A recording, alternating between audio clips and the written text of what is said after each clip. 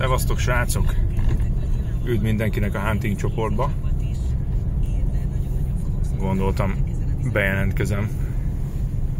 Megyek kifelé, végül a 67-es les lett a választás, mert a 11-es, 21-es meg a 13-as lesre beültek.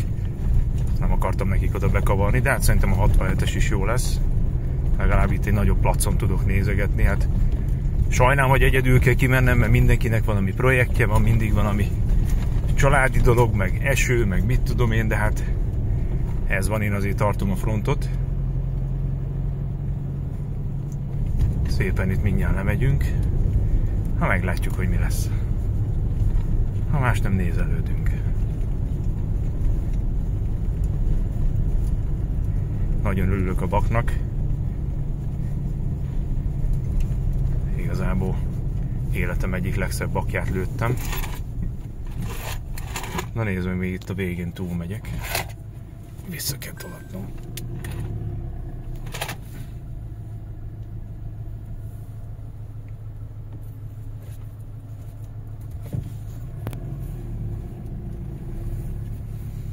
Na, hogy nézzük, hogy milyen az út, mert azért eső volt, föl van nőve minden.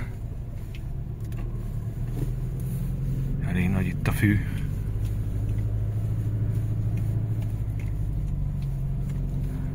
Állítólag a srácokkal itt a kocsmában beszéltem, akik kijönnek a 11-esre, 67-esnél az átjárót ott szépen kitakarították, azt mondták, hogy jobban át lehet menni.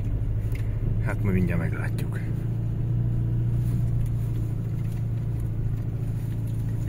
Egész jó az út, nincsen igazából szétázva.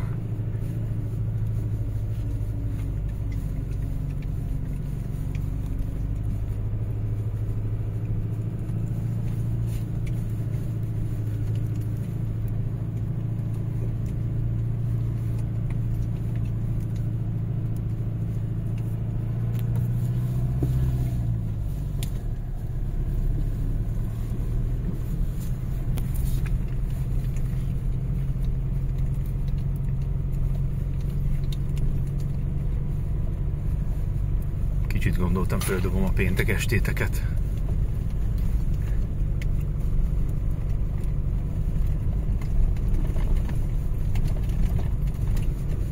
Marha nagy a fű mindenhol.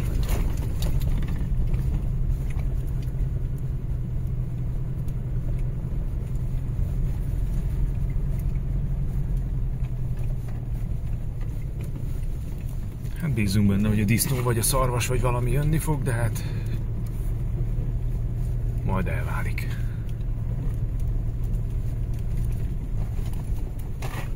Egész jó az út egyébként, nincs is nagyon megázva.